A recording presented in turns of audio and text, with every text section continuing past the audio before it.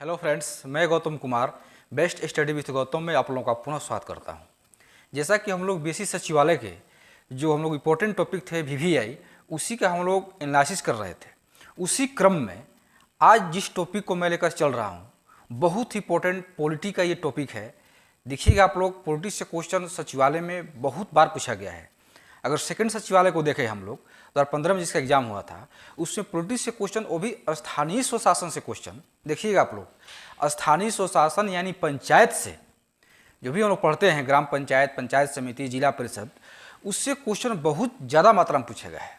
वो भी उसमें भी बिहार पंचायती राज अधिनियम 2006 में जो बना था, तो उससे संबंधित क्वेश्चन ज़्यादा पूछे गए हैं। तो बिहार पंचायती राज अधिनियम 2006 की चर्चा मैं पिछले वीडियो में कर चुका हूँ। अगर जो स्टूडेंट नए हैं तो वो पिछला वीडियो जाकर देखिएगा, तो उसमें बिहार पंचायती राज अधिनियम 2006 की चर्चा मैंने किया है।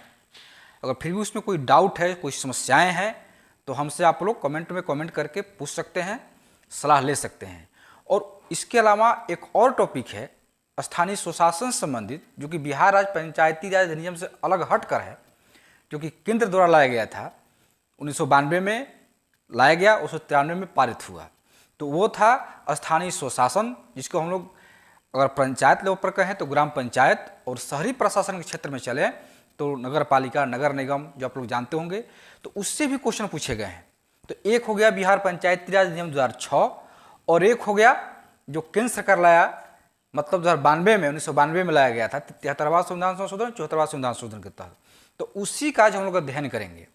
तो उसको थोड़ा सा हम लोग बहुत ही बारीकी से अध्ययन करेंगे। थोड़ा सा आप लोग समझिएगा इसको ध्यानपूर्वक कि कैसे इसका उत्पत्ति हुआ और कैसे हम लोग इसको डिवाइड कर रहे हैं।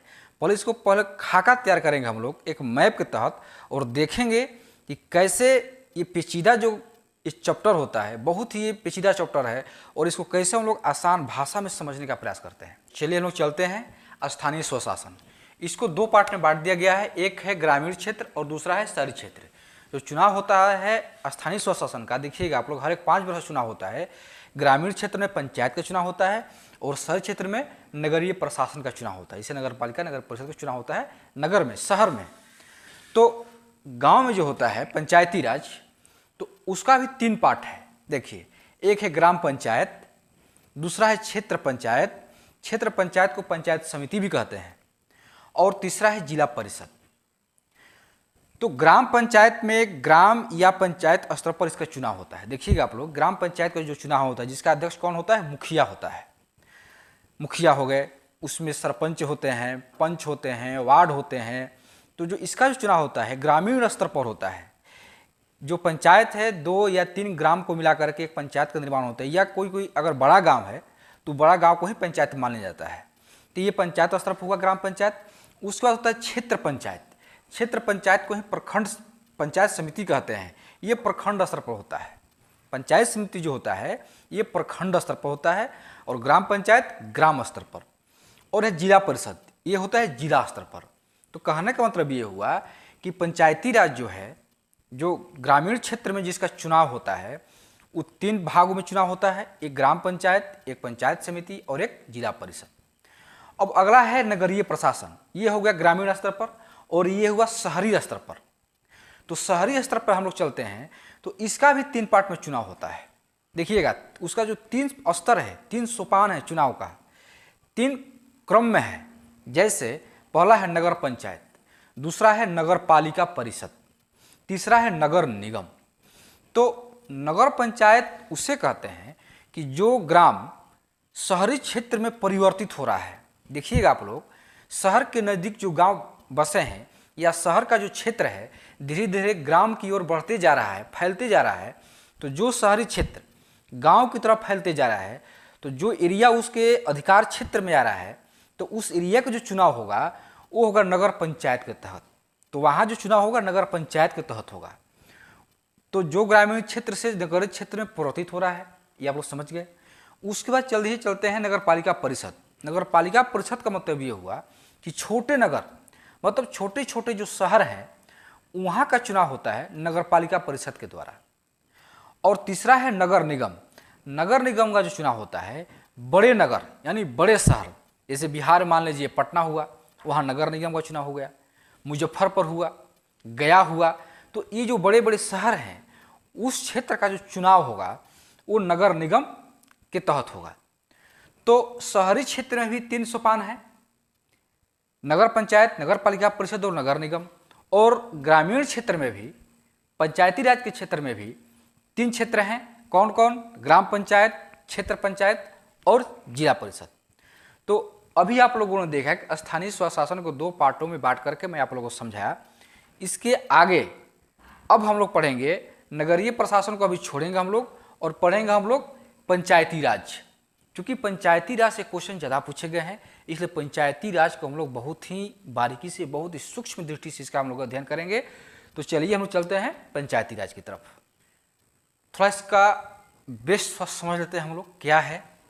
स्थानीय स्वशासन के जनक लॉर्ड रिपन, जो आप लोग इतिहास में पढ़े होंगे, स्थानीय स्वशासन, सेल्फ गवर्नमेंट, इतिहास का ये विषय है। तो स्थानीय स्वशासन के जनक कौन थे? Lord Ripon. तो थोड़ा सा हम लोग इसको देख लीजिए, लॉर्ड रिपन कब? 1882 में। बस इसका बात खत्म हो गया।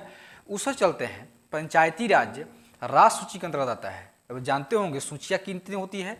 3 सूचियाँ होती है, संघ सूची, राज सूची, समवर्ती सूची। तो तीनों में अलग अलग विषय हैं। जो पॉलिटिक के चैप्टर में आप लोग पढ़े होंगे उसमें राज्य सूची जो होता है उसी के तहत पंचायती राज व्यवस्था का वर्णन किया गया है। तो राज सूची के अंतर्गत पंचायती राज का वर्णन किया गया है। अगला पॉइंट है पंचायती राज का वर्णन भारतीय संविधान के भाग 4। देखिए, भारतीय संविधान के भाग 4 जो कि नीति निर्देशक तत्व है। भाग 4 में क्या है? नीति निर्देशक तत्व। तो भाग 4 में अनुच्छेद 40 देखिएगा आप लोग। भाग 4 यानी नीति निर्देशक तत्व में अनुच्छेद 40, जिसमें ग्राम पंचायत शब्द लिखा होगा। भाग अनुच्छेद 40 में ग्राम पंचायत शब्द लिखा होगा, उसी के तहत वर्णन किया गया है पंचायती राज का। तो वो था नीति निर्देशक तत्व में। लेकिन 73वें जब संविधान संशोधन हुआ तो इसको, ग्राम पंचायत को, संवैधानिक दर्जा दिया गया। ये बात आप लोग ध्यान से देखिएगा कि 73वें संविधान संशोधन जो हुआ 1992 में, 93 में, उस समय ग्राम पंचायत को, पंचायती राज को संवैधानिक दर्जा दिया गया। तो उसमें क्या किया गया कि भाग 9, देखिए भाग 9 इसमें ऐड किया गया। भाग 9 नहीं था, जो भाग 22 पढ़ते हैं उसमें भाग 9 नहीं था, तो उसको इसमें ऐड किया गया। भाग की चर्चा हम लोग बाद में करेंगे, क्योंकि भाग, अनुच्छेद, अनुसूची, सूची जितने भी हैं उसका अलग से हम लोग अध्ययन करेंगे। फिलहाल थोड़ा सा समझ लेते हैं कि भाग 9 को ऐड किया गया कब? 73वें संविधान संशोधन के तहत। और भाग 9 के अलावा अनुसूची 11, जो अनुसूची पढ़ना है हम लोग को, कितने सूचियाँ हैं? 12 सूची है। उसमें से अनुसूची 11 जो है पंचायती राज से संबंधित है। तो अनुसूची 11 और भाग 9 को 73वें संविधान संशोधन के तहत ऐड किया गया संविधान में। तो यहाँ पर बहुत सारे फैक्चुअल पॉइंट है। यहाँ पर देखिएगा आप लोग, जितने भी यहाँ पर पॉइंट देख रहे हैं केवल फैक्ट है। क्योंकि पीटी में तो फैक्ट ही पूछता है, तो फैक्ट पर आप लोग कमांड होनी चाहिए। एक एक पॉइंट फैक्चुअल है इसका। देखिए, तो भाग 4 में तो वर्णन किया गया था, लेकिन भाग 9 तथा अनुसूची 11 को 73वां संविधान संशोधन के द्वारा जोड़ा गया। अगला है पंचायती राज एवं सामुदायिक विकास मंत्रालय की स्थापना 2004 में किया गया। 2004 के पहले पंचायती राज मंत्रालय, जितने भी मंत्रालय हम लोग देख रहे हैं आप केंद्र में, जितने भी मंत्रालय हैं, कैबिनेट मंत्री, राज्य मंत्री या स्वतंत्र प्रभार, जितने भी मंत्रालय हैं, उसमें पंचायती राज मंत्रालय नहीं था।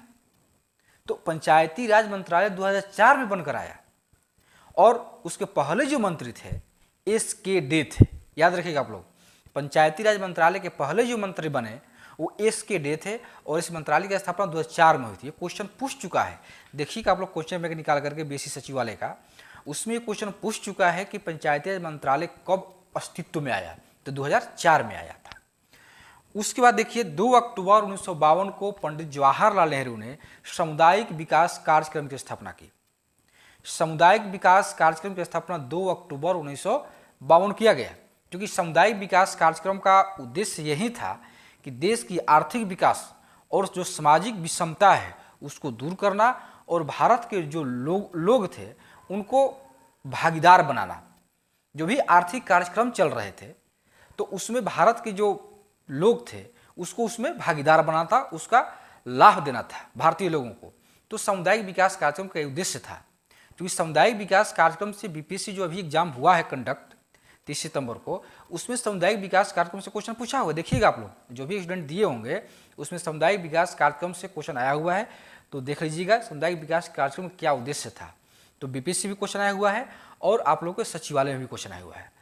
तो आप लोग देखिएगा उसमें क्वेश्चन। तो सामुदायिक विकास कार्यक्रम चूंकि असफल हो गया था, सामुदायिक विकास कार्यक्रम जिस उद्देश्य के तहत चला था वो असफल हो चुका था, तो इसी के चलते ग्राम पंचायत की अवधारणा को व्यवस्थित रूप देने के लिए निम्नलिखित समितियों का निर्माण हुआ। निम्नलिखित समिति अस्तित्व में आने लगी। ग्राम पंचायत को सुदृढ़ता प्रदान करने के लिए निम्नलिखित जो समितियां थी, बहुत सारी समितियां हैं। देखिएगा आप लोग, बलवंत राय मेहता समिति, अशोक मेहता समिति या BK राव समिति, उसके बाद संशोधन हुए 64वां संशोधन, 92 में 73वां संशोधन। तो इसी उद्देश्य से लाया गया। तो चूंकि सामुदायिक विकास कार्यक्रम असफल हो गया, तो अब आया क्या, बलवंत राय मेहता समिति। चूंकि ये जितनी समितियां हैं इनको डेट आप लोग को याद रखना होगा, क्योंकि अवरोही और या आरोही क्रम में सजाने को दे देता है कि कौन सी समिति का गठन कब हुआ, इसलिए आप लोग को डेट वाइज इसको याद रखना है। बलवंत राय मेहता समिति 56, अशोक मेहता समिति 77, डॉक्टर GVK राव समिति 1985, डॉक्टर LM सिंघवी समिति 1986, PK थुंगन समिति 1988 और 2 संशोधन हुए। 64वां संविधान संशोधन विधेयक, चूंकि ये पारित नहीं हो पाया था, अधिनियम नहीं बन पाया था, इसलिए विधेयक ही रह गया, तो ये 90 में। और 73वां संविधान संशोधन अधिनियम, ये अधिनियम बन गया, मतलब राष्ट्रपति का इस पर हस्ताक्षर हो गया, ये कानून बन गया, तो ये 92 में। तो 2 हम लोग का विधेयक अधिनियम पढ़ना है और ऊपर के जो 5 है इस समिति हम लोग को पढ़ना है। तो पहले यहाँ समिति देख लेते हैं, उसके बाद हम लोग विधेयक और अधिनियम की चर्चा करेंगे। तो पहला जो समिति है बलवंत राय मेहता समिति, इसके बारे में थोड़ा सा फैक्चुअल है, फैक्ट देखते हैं क्या है। तो BR मेहता, बलवंत राय मेहता को शॉर्ट फॉर्म में BR मेहता। BR मेहता को पंचायती राज व्यवस्था का वास्तुकार या शिल्पी कहते हैं। क्योंकि आज जो पंचायती राज व्यवस्था का जो दृश्य हम लोग देख रहे हैं वो बलवंत राय मेहता समिति का ही देन है। जो त्रिस्तरीय पंचायती राज व्यवस्था है, त्रिस्तरीय मतलब 3 स्तर हैं, ग्राम पंचायत मतलब पंचायत स्तर पर, उसके प्रखंड स्तर पर और जिला स्तर पर जो भी चुनाव होते हैं, तो ये जो देन है वो बलवंत राय मेहता समिति का देन हुआ है। इसलिए इसको क्या कहते हैं, पंचायती राज व्यवस्था का शिल्पी या वास्तुकार कहते हैं। इसके बाद अगला पॉइंट है कि त्रिस्तरीय पंचायती राज व्यवस्था का सुझाव दिया। 3 स्तर, पहला है ग्राम स्तर पर ग्राम पंचायत, प्रखंड स्तर पर पंचायत समिति, जिला स्तर पर जिला परिषद। पंचायत समिति को पंचायत समिति कहिए या क्षेत्र पंचायत की, इसमें कन्फ्यूजन नहीं होना है। कहीं कहीं पंचायत समिति न दे करके क्षेत्र पंचायत दे देता है, इसमें कन्फ्यूज ना होइएगा आप लोग। लोकतांत्रिक विकेंद्रीकरण की शुरुआत बलवंत राय मेहता के ही समिति के ही सुझाव पर लोकतांत्रिक विकेंद्रीकरण। विकेंद्रीकरण का मतलब ये हुआ किसी भी देश या किसी भी संस्था या किसी भी समाज, घर, परिवार का जो शासन होता है किसी एक व्यक्ति में केंद्रित न होकर के उसका शासन अनेक भागों में डिवाइड रहता है। कहने का मतलब किसी भी देश, संस्था, समाज का कोई एक मालिक न होकर के उसके अनेक मालिक हैं, तो उसी को कहते हैं लोकतांत्रिक विकेंद्रीकरण। तो लोकतांत्रिक विकेंद्रीकरण की शुरुआत हुई। उसके बाद अगला पॉइंट है राजस्थान देश का पहला राज्य है जहां पर पंचायती राज व्यवस्था लागू किया गया, वो भी कहां पर, नागौर जिला में। याद रखिएगा आप लोग, राजस्थान देश का पहला राज्य जहां पर पंचायती राज व्यवस्था लागू किया गया 1959 में। कहां पर, नागौर जिला में। और दूसरा राज्य कौन था, आंध्र प्रदेश। याद रखिएगा 3 राज्य याद रखिए, एक राजस्थान, एक आंध्र प्रदेश और एक मध्य प्रदेश। तो राजस्थान तो हो गया कि पंचायती राज व्यवस्था का प्रथम बार वहां पर लागू किया गया। आंध्र प्रदेश सेकेंड राज्य था जहां पर पंचायती राज व्यवस्था लागू किया गया 1959 में। और मध्य प्रदेश जो है इसमें थोड़ा सा कन्फ्यूजन है, क्वेश्चन अटपटा पूछ देता है। मध्य प्रदेश के बारे में ये क्वेश्चन आता है कि जब 1992 का 73वां संविधान संशोधन लागू हुआ और उसके बाद जो चुनाव हुए, बहुत ही बारीक से सुनिएगा आप लोग, 73वां संविधान संशोधन जब पारित हो गया 1992 में, उसमें PV नरसिम्हा राव प्रधानमंत्री थे, शंकर दयाल शर्मा राष्ट्रपति थे। तो राष्ट्रपति के हस्ताक्षर से जब अप्रैल 1993 में जब यह अधिनियम बन गया और पूरे भारत में लागू हो गया, तो पहली बार जहां चुनाव हुआ, जिस राज्य में चुनाव हुआ, उस राज्य का नाम है मध्य प्रदेश। याद रखिएगा, मध्य प्रदेश का चुनाव हुआ, पहला राज्य था मध्य प्रदेश।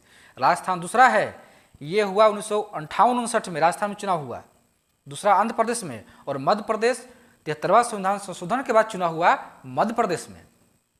ये हुआ यहाँ पर देख लीजिए, आप लिखा हुआ है दूसरा स्थान आंध्र प्रदेश, 73वां संविधान संशोधन के बाद पहली बार पंचायत चुनाव मध्य प्रदेश। ये हुआ बिलवंत राय मेहता समिति। उसके बाद चलते हैं अशोक मेहता समिति। देखो यहाँ पर सेकंड स्थान पर अशोक मेहता समिति 1977। इसमें ज़्यादा पॉइंट नहीं है। इन्होंने क्या कहा कि त्रिस्तरीय जो पंचायती राज व्यवस्था है, जो बलवंत राय मेहता समिति ने प्रतिपादित किया था त्रिस्तरीय, तो इन्होंने कहा कि त्रिस्तरीय न होकर के द्विस्तरीय होगा। अशोक मेहता समिति ने क्या कहा कि त्रिस्तरीय न होकर के द्विस्तरीय होगा। लेकिन इनका ये जो मत था, सुझाव था, इसको केंद्र सरकार ने अस्वीकार कर दिया, एकदम एक्सेप्ट नहीं किया कि एकदम बेबुनियाद बात है। तो अशोक मेहता समिति का जो सुझाव अस्वीकार कर दिया गया। लेकिन इन्होंने क्या दिया, न्याय पंचायत की संकल्पना दी। तो कभी क्वेश्चन आता है कि न्याय पंचायत की संकल्पना किस समिति के सुझाव पर आया था, तो अशोक मेहता समिति के सुझाव पर। बस इसमें 2 ही पॉइंट है, 2 ही पॉइंट याद रखिए। अगला जो समिति है इसमें देखिएगा डॉक्टर GVK राव समिति, ये उतना इंपॉर्टेंट नहीं है।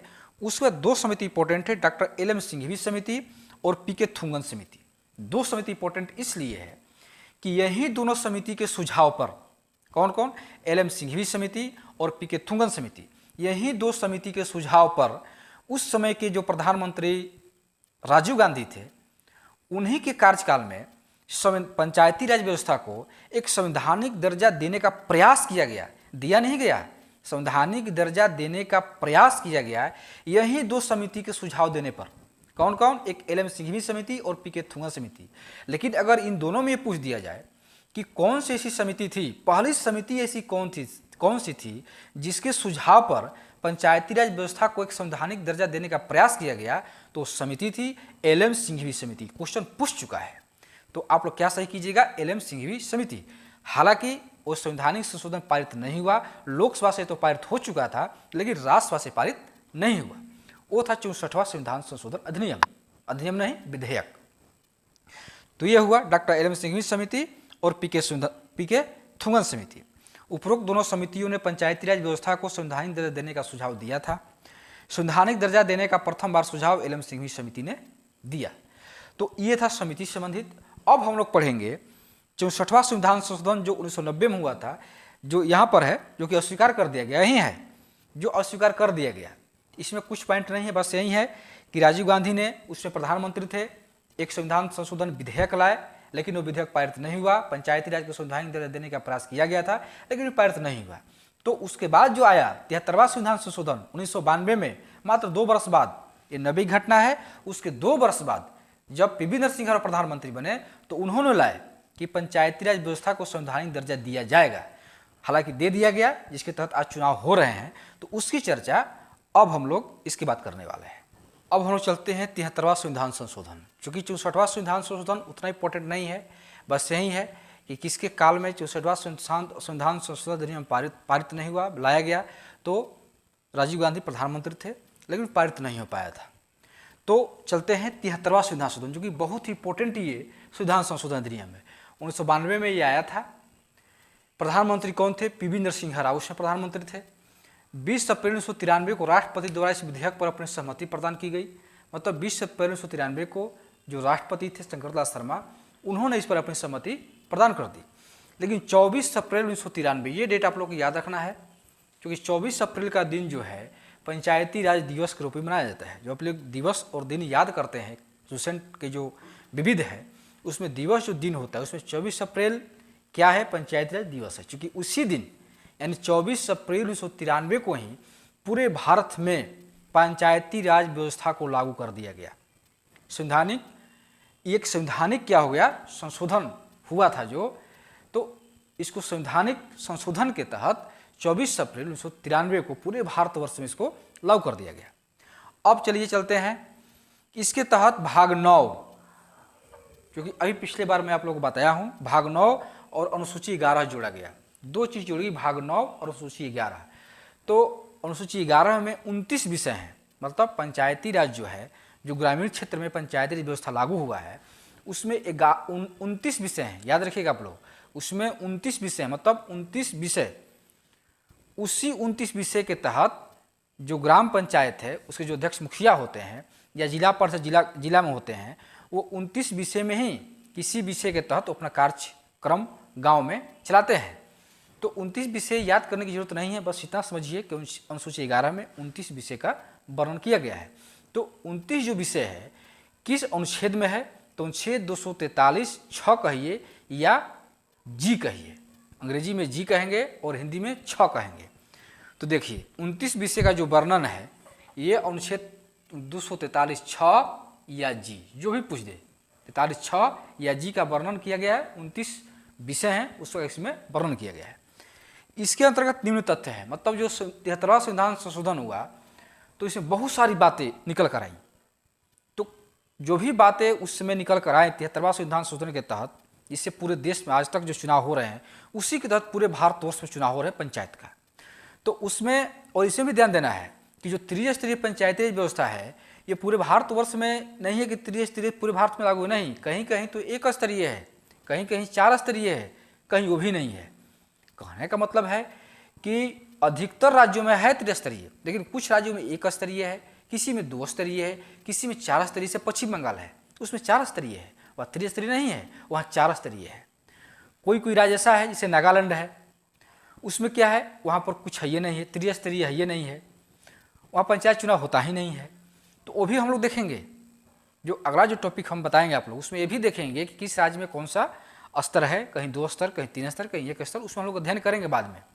तो इसके तहत क्या क्या इसमें प्रावधान किया गया, देखिए ग्राम सभा, जो गांव में होता है ग्राम सभा, पंचायतों का गठन एवं संरचना, पंचायतों में आरक्षण, पंचायतों का कार्यकाल, सदस्यों के लिए योग्यता और अयोग्यता, कौन से सदस्य योग्य हैं और कौन से सदस्य अयोग्य हैं, पंचायतों की शक्तियाँ अधिकार, पंचायत के क्या शक्तियाँ हैं क्या अधिकार हैं, राज्य वित्त आयोग और राज्य निर्वाचन आयोग, इसका वर्णन 73वां संविधान संशोधन अधिनियम में किया गया है।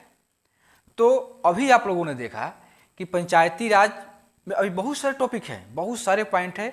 तो जितने भी पॉइंट है उसको मैं एक सिस्टमेटिक ढंग से बहुत ही एक व्यवस्थित रूप में आप लोगों को हैंडराइटिंग नोट्स बना करके टेलीग्राम चैनल पर डाल दिया जाएगा।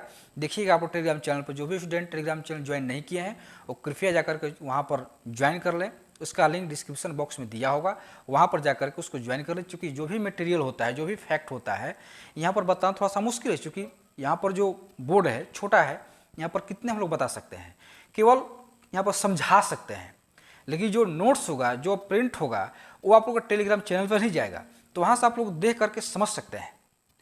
तो आज का क्लास बस इतना ही। उम्मीद है कि आप लोग आज की क्लास समझ गए होंगे और ये बहुत ही इंपॉर्टेंट टॉपिक है।